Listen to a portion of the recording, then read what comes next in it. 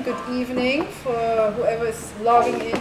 We have a couple of points. The first and most important one is to encourage open-end discussions amongst individuals from the creative industries. We would like to establish this roundtable as a voice, as a facilitator for generating and sharing knowledge to a broad audience.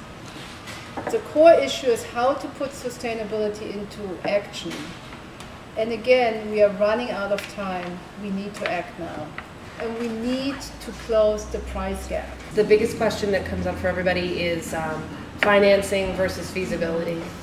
And financing means you really need to understand what the greater good is as related to your bottom line.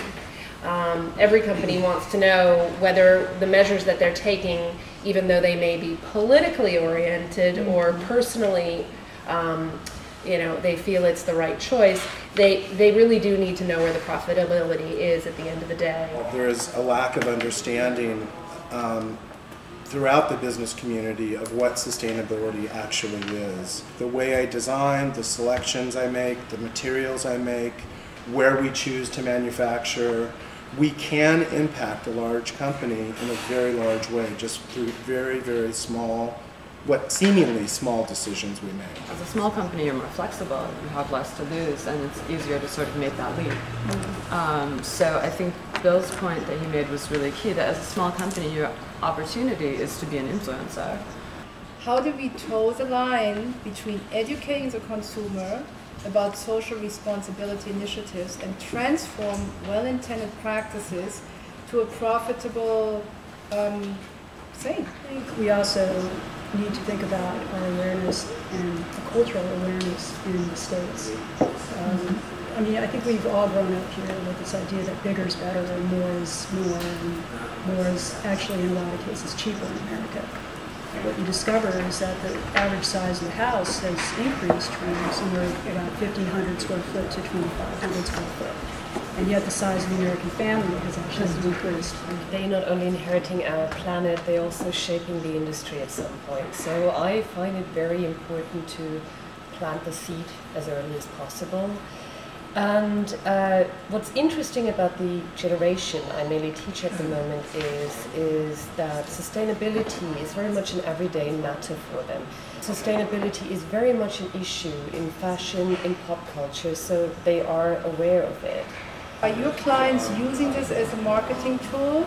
To answer your question first, yes, they are using green as a marketing tool. I think everybody wants to use this label. They want to put it on their products to say we're green, we're in sync with your thoughts, with the trends in the marketplace, etc. Is it real or is it transparent? Well, that's another question. I think in my business, in my industry, the two problems that we encounter is one, knowledge and information. And I think a few of us address that issue, that people are not necessarily aware about how do I go about implementing sustainable green initiatives.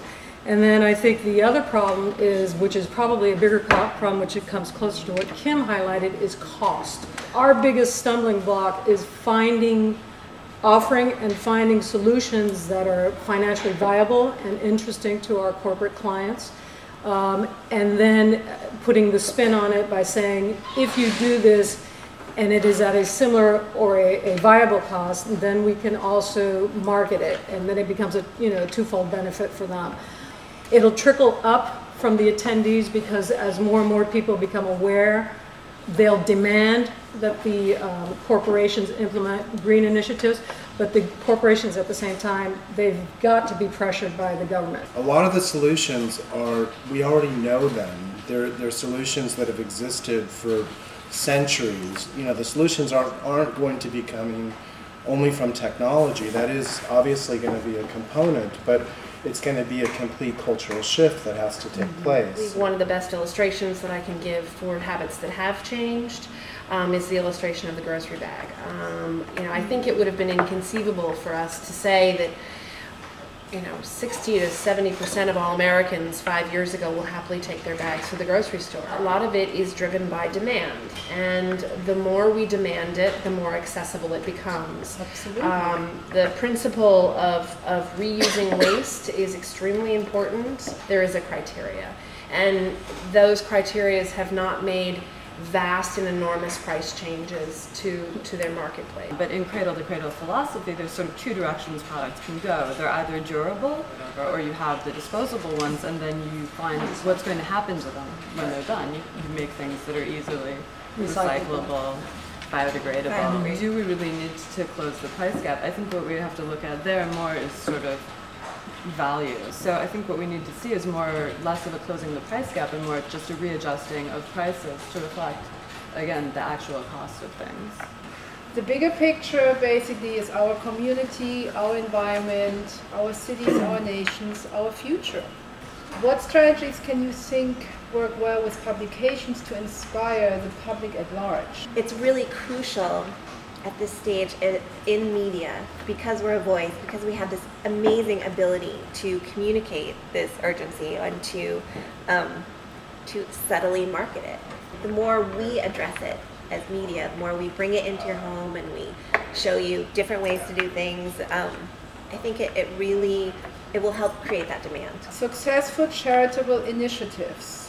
What does it mean? How do we implement that? Most corporations, they do have charitable initiatives. I don't want to sound cynical. Some of it is simply for PR purposes, and there's no getting around it. Some of it is truly heartfelt. The unemployment levels in the last year have actually taken that dynamic and twisted it a little bit. Absolutely. And volunteerism is up by 35% across the nation. We're voting with our dollars. And if I'm educated, as I maybe read the back of the box, that Tom's of Maine actually pays their employees like a better than living wage, I'm going to spend the extra amount of money for that toothpaste because this is an ideal that I want to support. How did you become interested in making your business sustainable? People ask me how I became interested in sustainable fashion design, but it was really sort of the other way around. I was always an environmentalist from childhood on. I grew up in a hippie town. And so for me, kind of the biggest obstacle actually to becoming a fashion designer was having to consider, how could I do this in a way that has a positive impact? What would be a simple first step if I'd like to make my own design business sustainable? It's a complex but simple answer. The first steps are just living sustainably.